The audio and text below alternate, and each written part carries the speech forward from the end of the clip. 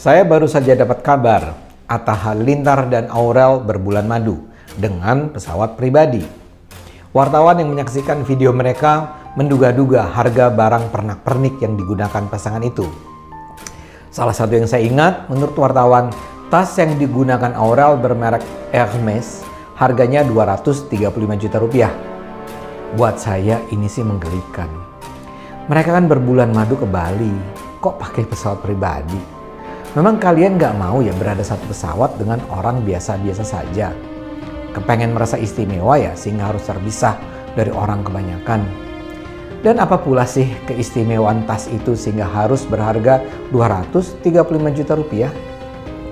Maaf ya kalau saya nyinyir, tapi apa yang dipertontonkan pasangan muda ini jelas-jelas memalukan dan bahkan menakutkan. Karena itulah saya misalnya beberapa waktu yang lalu bersama kawan-kawan Cokro TV mengkritik kehadiran Pak Jokowi dalam pernikahan Atta dan Aurel. Atta itu adalah perwakilan dari Crazy Rich Indonesian baru, orang kaya baru yang lazim mempertontonkan gaya hidup yang mewah tanpa peduli pada kondisi mayoritas rakyat Indonesia yang masih jauh dari sejahtera. Di kanal YouTube-nya, Atta dengan bangga menunjukkan bagaimana dia membelikan barang-barang mewah buat dirinya, buat keluarganya, dan buat Aurel. Ada videonya yang berjudul Work Hard, Pray Hard, di mana di dalamnya Atta bilang, I am the king, sambil menunjukkan koleksi mobilnya. Tapi supaya fair, yang bergaya sombong ini bukan cuma Atta ya. Ada banyak selebritis lain yang juga punya channel personal. Ada Raffi Ahmad, ada Andre Taulany, Sule, Nikita Mirzani, keluarga Anang Hermansyah, dan lain-lain. Yang mengherankan mereka ini seperti merasa bahwa mempertontonkan kemewahan adalah sebuah keniscayaan.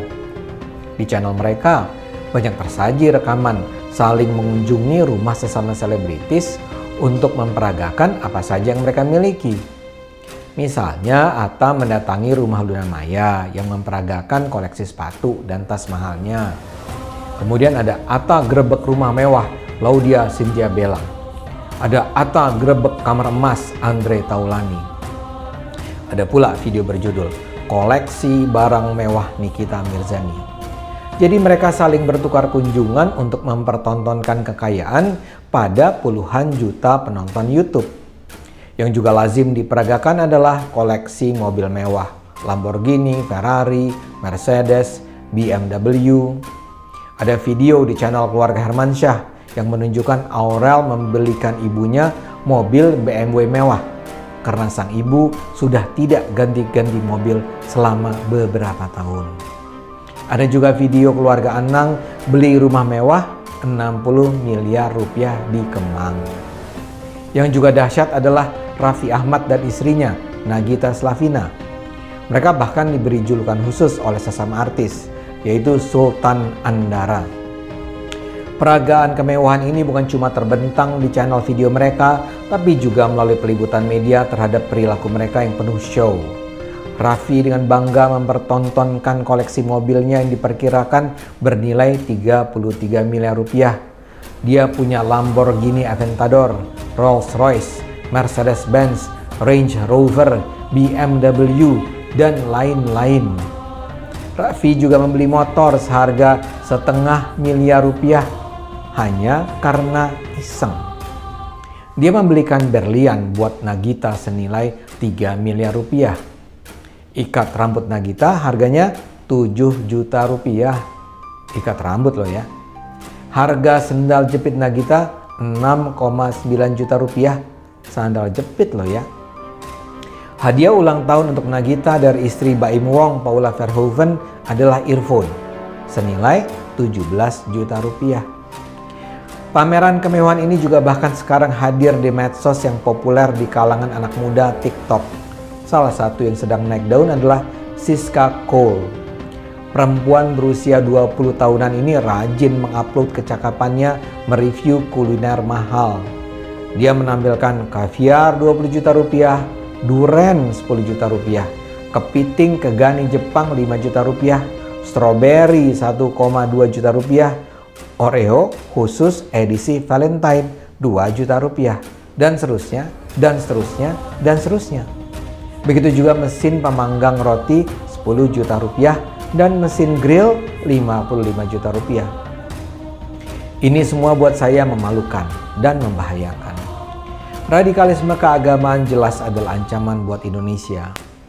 Namun gaya hidup mewah orang-orang kaya yang dipertontonkan kepada rakyat luas juga adalah ancaman bagi kita. Setidaknya ada 3 persoalan. Pertama, ini adalah teladan yang salah tentang keunggulan yang hendak dicapai kalau kita bekerja keras. Atta dan kawan-kawan memberi contoh bahwa keberhasilan seseorang diukur berdasarkan barang-barang mewah yang dimiliki. Apalagi barang-barang yang dibeli Atta dan gerombolannya adalah barang-barang impor yang minim sekali manfaatnya bagi ekonomi bangsa. Kedua, ini adalah contoh yang salah tentang bagaimana sebaiknya Anda membelanjakan uang yang Anda peroleh setelah Anda bekerja keras. Kalau Anda berhasil, uang itu seharusnya tidak dihambur-hamburkan. Kalau Anda kaya, uang itu bisa diinvestasikan, diputar dalam kegiatan ekonomi produktif lain, membuka lapangan kerja, memberi gaji lebih besar buat mereka yang bekerja buat Anda, dan juga menyumbang bagi kesejahteraan masyarakat. Indonesia mungkin terus tumbuh perekonomiannya. Kita mungkin dalam waktu beberapa tahun ke depan akan menjadi satu dari 5 besar ekonomi dunia. Tapi jangan pernah lupa, jumlah orang miskin di Indonesia masih sangat banyak. Kalau ukuran yang dipakai adalah data BPS, jumlah orang miskin di Indonesia sekitar 10-12% dari total penduduk. Tapi itu sebenarnya agak menyesatkan, karena indikator kemiskinannya terlalu rendah. Menurut BPS, seseorang disebut miskin kalau penghasilannya di bawah 400-500 ribu rupiah per bulan. Yaitu sih rendah sekali. Tapi kalau kita misalnya naikkan menjadi 1 juta rupiah per bulan, mayoritas masyarakat Indonesia akan masuk dalam kategori miskin. Poin saya, ketimpangan kaya miskin Indonesia masih tinggi. Karena itu uang tidak boleh dihambur-hamburkan, melainkan harus digunakan dengan cara seproduktif mungkin agar bisa meningkatkan kesejahteraan mereka yang masih miskin. Dan alasan ketiga, ini adalah gaya hidup yang bisa menimbulkan kecemburuan dan kemarahan masyarakat. Dalam ilmu sosial dikatakan, mereka yang datang dari kelompok ekonomi lemah menjadi frustrasi bukan karena kemiskinan mereka. Yang bikin orang frustrasi, depresi, marah adalah kalau saat mereka miskin, padahal sudah bekerja keras, mereka melihat ada segelintir orang lain yang terlihat sangat mudah memperoleh kekayaan dan kemudian menghambur-hamburkannya di depan mata mereka. Pameran kemewahan menjadi berbahaya karena ini akan menimbulkan rasa marah yang terpendam yang pada titik tertentu bisa disalurkan dalam ledakan penyerangan kepada orang-orang kaya. Mereka merasa hidup dalam sistem yang tidak adil dan penyebab ketidakadilan ini adalah orang-orang kaya. Karena itu orang kaya akan menjadi sasaran kebencian dan kemarahan mereka. Itulah yang terjadi dalam revolusi sosial politik di banyak tempat. Bagi mereka yang percaya pada gagasan asli Bapak Komunisme Karl Marx, penyebab kemiskinan adalah perilaku kaum borjuis. Karena itu misalnya dalam revolusi komunis di Rusia atau di Kamboja, kaum borjuis dibunuhi semata-mata karena mereka adalah kaum kaya. Kita di Indonesia harus selalu ingat dengan ancaman itu. Jangan pamer kemewahan, karena pameran kemewahan itu menyakitkan hati.